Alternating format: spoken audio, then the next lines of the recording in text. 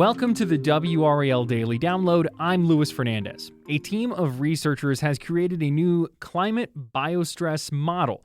It's an early warning system that tracks how climate change is stressing plants, animals, even people. It could help communities spot problems sooner and prepare before disasters hit. WRAL climate change reporter Liz McLaughlin joins us now. Liz, thanks for being here.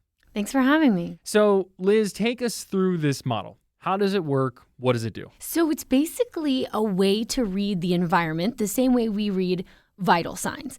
Often you don't just have a heart attack out of nowhere, right? We know all of these things, cholesterol and blood pressure and this and that, right? That sort of say, oh, there's an issue. Let's try to prevent this big thing from happening. So same thing goes with the environment. Plants, animals, there's all these little reactions and changes that lead up to when sometimes big shifts in the environment, big disasters happen. And those, reactions are really measurable. So, for example, trees can actually change their chemistry when before droughts get really bad. Microbes in rivers are reorganize as water gets warmer, and even wildlife will start to move differently, as climate patterns change. So, and even on the human side, EMS calls and even some crime can increase before the spike of a heat wave. So this model kind of puts all that together, really from the genetic level all the way up to these kind of citywide patterns. So basically, instead of waiting for the flood or the heat emergency, you can see stress building ahead of time. Okay, so I think that's pretty fascinating. So this is using artificial intelligence, large language models. Is that how all this comes together? Yeah, it's kind of a lot of different things and really combining a lot of different disciplines. So if someone, a lot of these things are already tracked, but they're in these separate lanes. So a chemist is looking at this one thing and a marine biologist is looking at this one thing. And throughout, if you can really just combine and layer all of those together, that's sort of what this is attempting to do. And they don't just show up out of nowhere. It's things just really start to shift over years and decades, and they might be really subtle. Trees browning earlier, fish acting differently, but they're there. And so if we can, what we've been doing is paying attention only when something breaks, when the road washes out or the shoreline collapses or when the heat index hits 110. But the environment can give us these warnings before that if we just can know how to read them. And so this new model is really about catching those warnings and then kind of using them to get ahead instead of scrambling after. Okay, so in the big picture of climate change, why does something like this matter? How does this kind of fit in? Because we've really been looking at things just in these isolated instances and often in response mode. FEMA, funding after a hurricane. We look at the Outer Banks, for instance. The erosion rate has been very high on a lot of these barrier islands for many, many years. And these homes built in the 80s, they didn't just fall overnight this fall. There have been years and years. There's been so much time that the shoreline has been getting closer and closer and closer to these homes. We have all the modeling for sea level rise. We know where the line is probably going to be in the next 10 years. So sunny day flooding, this inundation of roads closing, it's just with governments, with controlling, with where we develop, we have a lot of this data. It's just not kind of all put together in one picture. So often governments are really just trying to get by day. There's not a lot of long-term planning, and this can help us do that. And it can also help decide where health resources are, where various, so that when a storm happens, if we have an idea of where it might be affected more, we could have more resources there. So maybe the disaster is not going to change, right? But maybe lives lost, houses lost, that kind of thing can change. Reactionary is what we're used to. This is something that could help us be more preventative. Is that fair to say?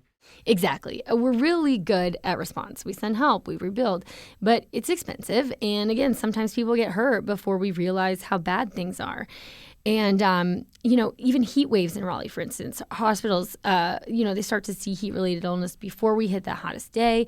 Because of where we've developed, there's this thing called urban heat islands. So somewhere, an elderly person, for example, at a bus stop in the middle of a paved area, could be a lot more dangerous than somewhere with green space, 10, 15, degrees difference.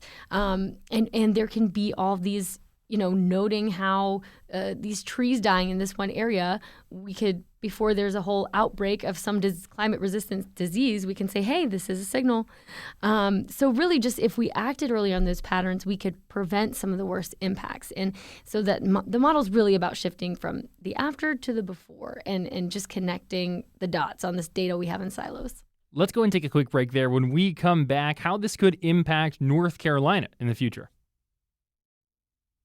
Welcome back to the WRAL Daily Download. I'm Luis Fernandez. We're speaking with WRAL climate change reporter Liz McLaughlin about a new model that kind of serves as an early warning system for possible repercussions of climate change. And so you spoke a little bit about that, how, Liz, it's about preventing, not necessarily reacting to. So when we look at North Carolina and we look at some of the different, climate-related disasters that have fallen upon North Carolina over the past even just few years, how could we see something like this impact the state? How in theory could something like this, keep people safer? Really, North Carolina is a perfect test case because we have a lot of things going on simultaneously here. Helene, for instance, we are used to having hurricanes. We're used to having coastal impacts. We're seeing rainfall intensity increase across the state, even here in Raleigh. You might notice some places are flooding, never flooded before, at least not 2 decades ago. Because, again, all these things go hand in hand, our stormwater systems. And if more rain is falling, where is it going to go? Probably flooding more. We saw this terrible hurricane or the impacts from Helene, but now the ground is shifted, right? So mudslides are going to be a different issue. The geology has changed. The rivers have widened, so that's going to change flooding risk and even wildfire risk because there's so many downed trees now drying out. So we've got this pressure, coastal erosion, flooding across the state, wildfire risk now, and hurricanes, something we've always dealt with, but we see a lot of data about how that's shifting and changing and how the environment impacts it. So with something like this system, we could just detect the stress earlier in those places. So in Raleigh, we could see which neighborhoods don't cool down at night, those urban heat islands I mentioned, and then prepare health resources sooner. Or on the coast, we could track changes in marsh health, fish movement, or even salinity spikes that come before the trees die. So you might have noticed ghost forests, these kind of eerie shells of trees. They just kind of look like pointy tree trunks, gray. You'll notice if you're driving out towards Wilmington, just kind of swaths of them. Yeah. That's where saltwater has inundated up into the water and killed these trees. So before we lose a whole ecosystem, we could see, okay, how could this convert to maybe a marsh ecosystem? What's going on with that? Is it the land sinking? Just really look at the kind of full picture of that.